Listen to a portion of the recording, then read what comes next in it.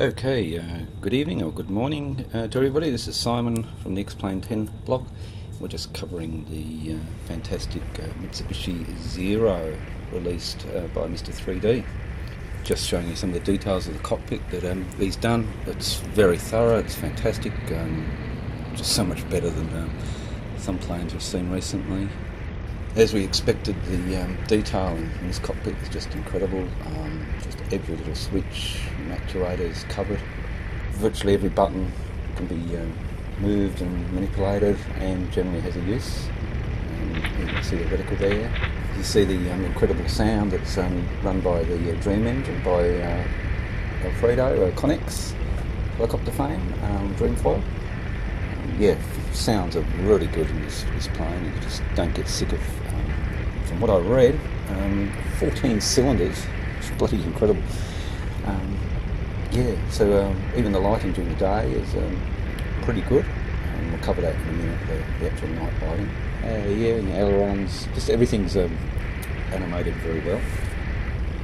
I've had one funny little bug. It's probably just the free view camera view. You can't see the landing gear when you press the C button. It's just a minor glitch of X-Plane 10, I think. Which, by the way, Mr3D's says that he can't guarantee that everything runs perfectly in 10. He's concentrated on 9.7 so far.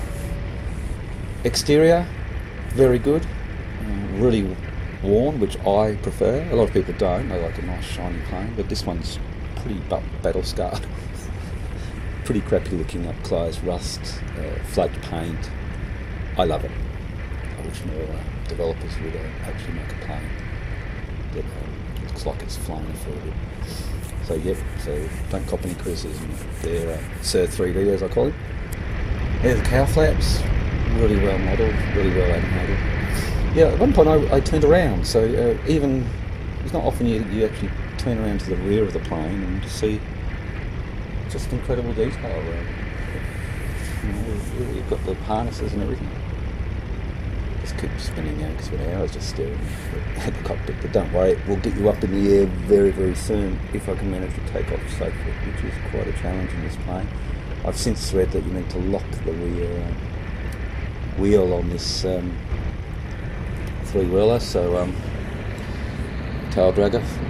But I, of course, didn't realise that at the time. I took off this time, so obviously it's a pretty early takeoff. Fair bit of torque in the engine as well. But that's fine, it makes it fun. It's a boring plane. Like an FSX. Oh, sorry! Okay, and for my friends in MS Flightland, I hope you enjoy this as well. A lot of controversy at MS Flight right now with the lovely Microsoft releasing a Zero as well. It looks fairly nice and from the outside. But no, Cockpit. See that takeoff? Terrible. Look, that is me shortly after takeoff. I viewed so far. Canopy, fantastic. Actuator, works nicely. You can see the beautiful paintwork there, and the detail. Normal mapping. I think he went overboard actually at one point. There's a lot of normal mapping on this thing. It's very good, but it might be a little bit too harsh. That's my initial feeling. That's the actuator I just did for the guns, not the cannon, but the guns. So now I'm just laying down a few Hawaiian residents. And in case to save you asking questions, this is the real scenery Oahu scenery pack sold over at It's Aviation. Made by the same maker of the world's longest project, the NorCal project. We're still waiting for. Keep hearing they're reviewing it, fixing it, and whatever it is. God. So yeah, this really is spectacular. So you just saw then a glimpse of the normal maps again. Really nice. So now it's just firing off the cannons, and as you're hearing the bloody engines, sounds fantastic. So yeah, the flight passes. Flight model generally pretty good, but have a look at this. Some strange behaviour. Let's get back.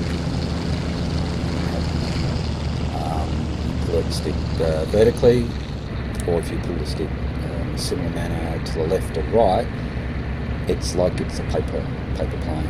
There's something really weird going on with the flight model. Slow, gradual turns, nice, but there's just definitely something weird going on with the extremities. I knew the Zero is well known for being agile against the early young planes, but that's ridiculous.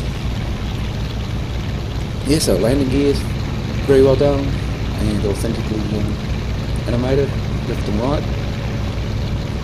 And I think I might have mentioned before here. No, I didn't mention. I think the cockpit it's okay, but it could be a little bit higher res. Night, here we are. So when you first do this, you go, oh, bugger, like crappy, absolutely awful night textures. Then you finally discover the controls. So once you find the controls for controlling the dimmers, excellent, no worries. In fact, this moment here I had a few goosebumps. I just had a feeling of what would it be like as Japanese all those years ago attacking some city in the middle of the night. But I don't believe it was the middle of the night for Pearl Harbor. Now you've seen some of the nice scenery I really enjoyed. All I did was copied and pasted the Oahu scenery to the mouth from 9 to 10. Worked fine. Only thing is that because I copied it over, all the auto jet's gone as well, but it's probably a good thing. Probably looks a bit funny with that. But wow, I think the lighting in X-Plane 10 really is fantastic. And I think it's some of the lighting and the atmosphere when I was flying around Hawaii was just, look at this, this is just beautiful, gorgeous. Just that lighting playing with those mountains, absolutely gorgeous. So I cheated nearby, and I think I moved the plane a few thousand feet into the air to get into the cloud cover. And this is the moment I started really having some goosebumps and feeling a bit of sadness. I started feeling what it must have been like for those Japanese pilots and the poor Americans and other nationalities. So I actually climbed up through the clouds, and you'll see it. I'll just let you watch and maybe have a few seconds of quietness to remember that time.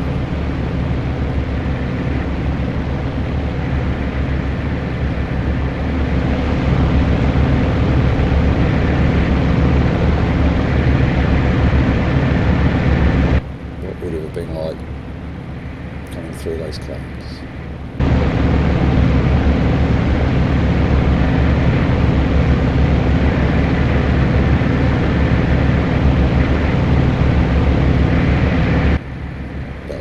Pretty scary, or scared themselves as anybody else, especially on that takeoff. So you see what I mean? Pretty amazing effects now on X-Plane 10. Those clouds and that scene, compulsory. So in fact, I would say the compulsory buy, the Zero and this scene, it goes so well. Yes, I won't leave you to the very end. Definitely, this is a definite buy, the Zero. $25, I think, a little bit steep, but then if I'd said $20, it would be too cheap. So I think it's a deep enough plane, and yeah, with enough growth potential in it. And I think Mr3D says he's going to be developing the plane further and just tweaking things along the way. Hopefully the flight model, unless I'm seriously mistaken. I don't think I am. The physics are quite strange. And landing, this is my first ever landing in it, and just approaching just over 80 knots. I haven't done enough research enough, I don't even know what that 80 means. Is it miles per hour, kilometres an hour? I hope not. If it's kilometres an hour, real trouble. Yeah, and again the torque sort of takes over a little bit, but I have got a crosswind here as well, so you'll see that's, well, I'll blame it for my crappy actual line-up. But my definition of success landing tail dragger is not dying. So in this case, it's good. So you have a beautiful flight and a beautiful plane, highly recommended. Yeah, it's one that I would class up there in the top 5 or 6 there. And this is his first plane, so very well done, Mr3D. See you later, bye.